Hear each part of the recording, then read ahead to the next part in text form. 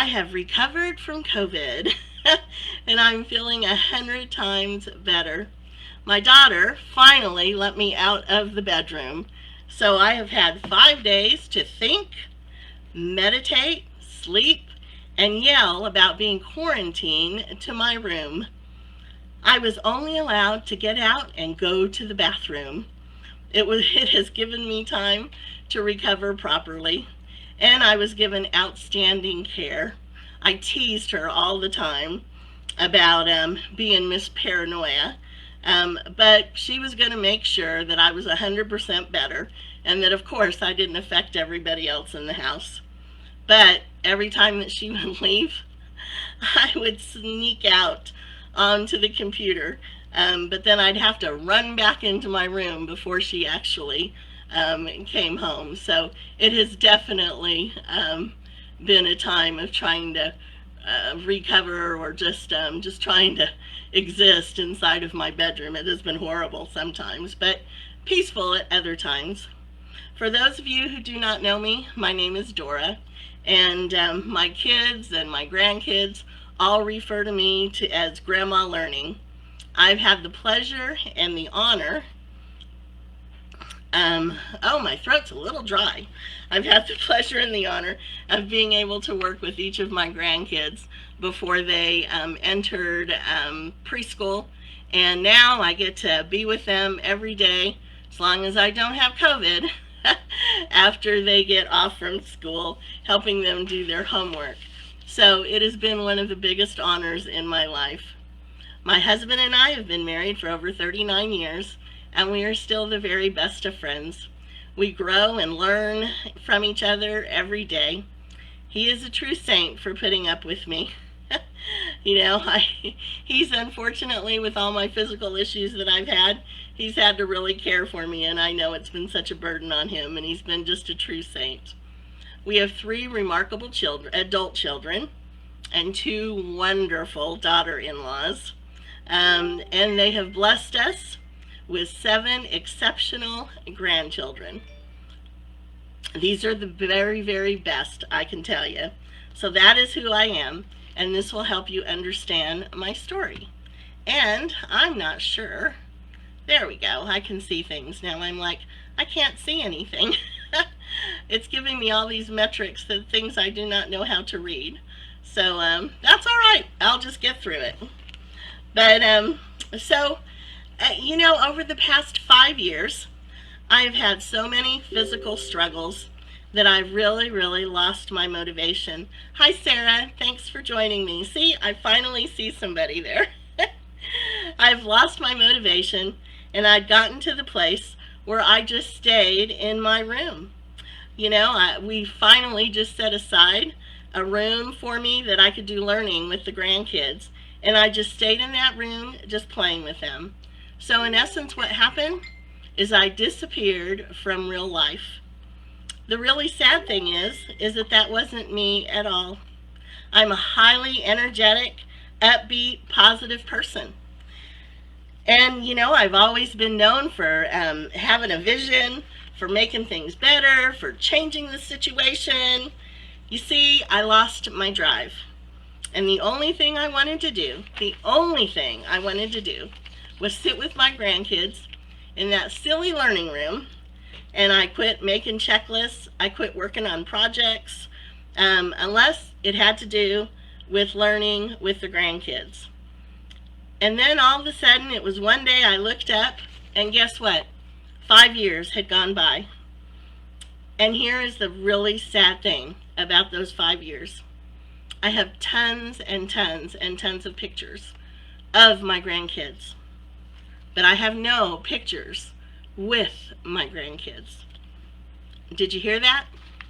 I have tons and tons and tons of pictures of my grandkids, but I have no pictures with my grandkids. You see, I wasn't there. I wasn't participating in their activities. And unfortunately, I can never get back that time.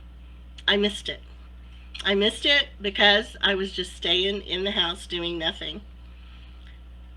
I always like to say, that's not the end of my story.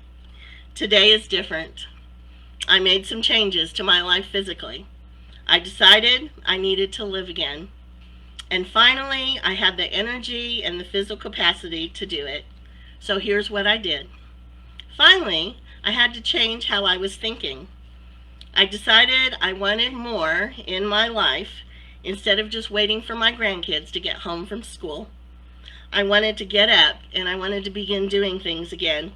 Things like going to the fair or out to eat instead of, ordering in.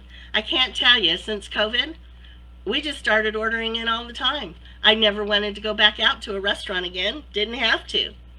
And then I wanted to start going to football games again. I've got a I've got a grandson who plays in the high school band, and this is his senior year, and I wanted to go watch him play. I've got a 8-year-old granddaughter who has decided against all odds she's going to play football. And guess what? I would be missing that if I hadn't decided to get out of that room and start to go to some football games. And I've got a 9-year-old granddaughter who's cheerleader. She wants to be a cheerleader.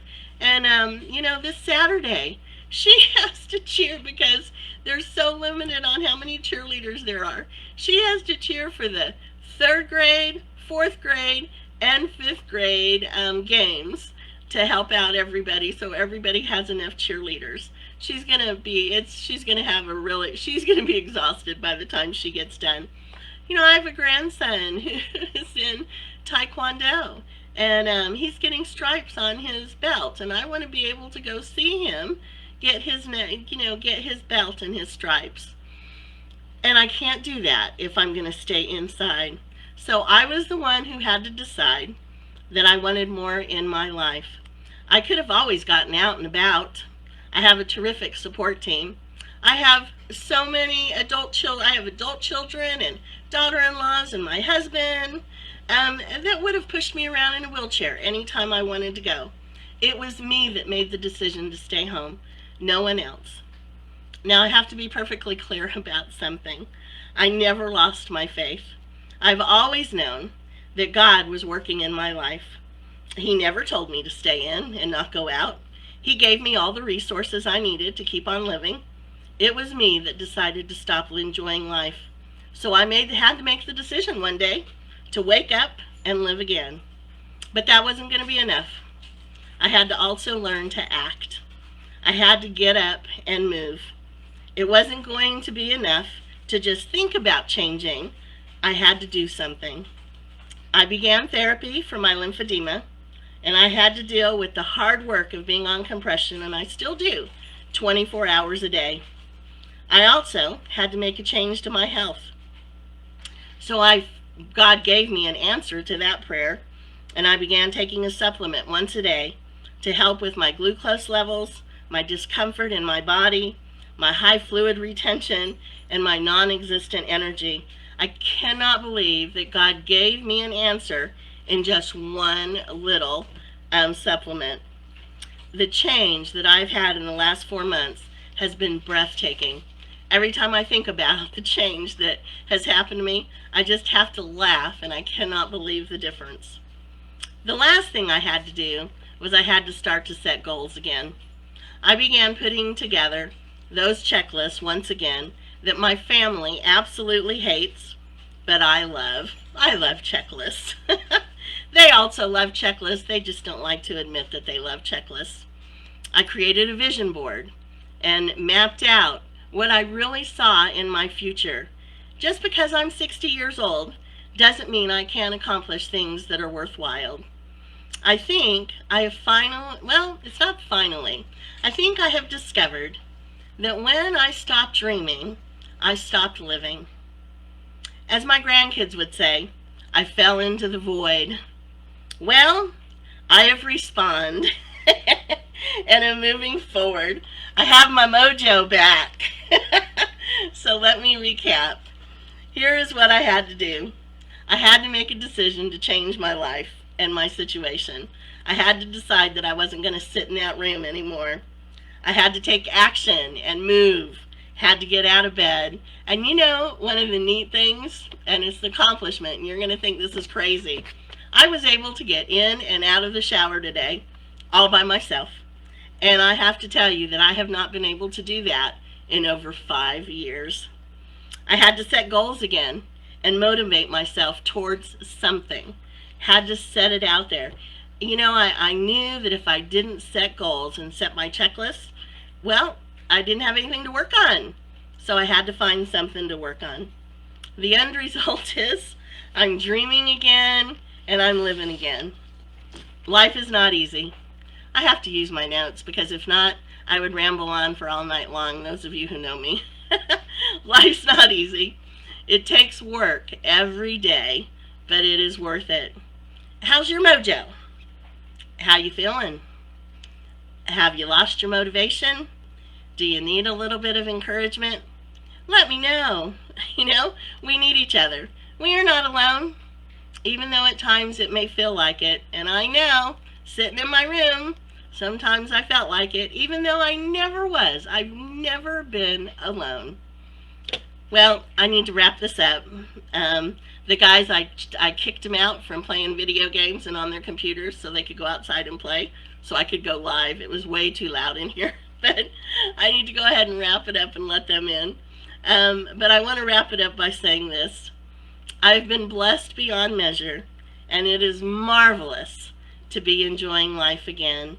Thank you for watching, either on the replay or, you know, live. Thanks, guys, for being there. And I wonder if I'm just learning how to, hi, Lori, learning how to figure this out. They haven't knocked on the door, so I guess I can keep going a little bit. But hi, Lori. You know, Lori is one of my dear friends, her and Sarah, who have joined me on here. Such an inspiration. And to me, Lori has grandkids, so she knows exactly what I mean by the fact you let those grandkids help motivate your life. They bring so much joy to you. But grandkids are not your entire story. You are not just a grandma. You are more than that, so much more. And our God has given us life to enjoy, and He has blessed us with that life. And I am committed to making the most of it. Anyway, y'all have a great evening, and love y'all, and I'll be back again live soon. Bye-bye.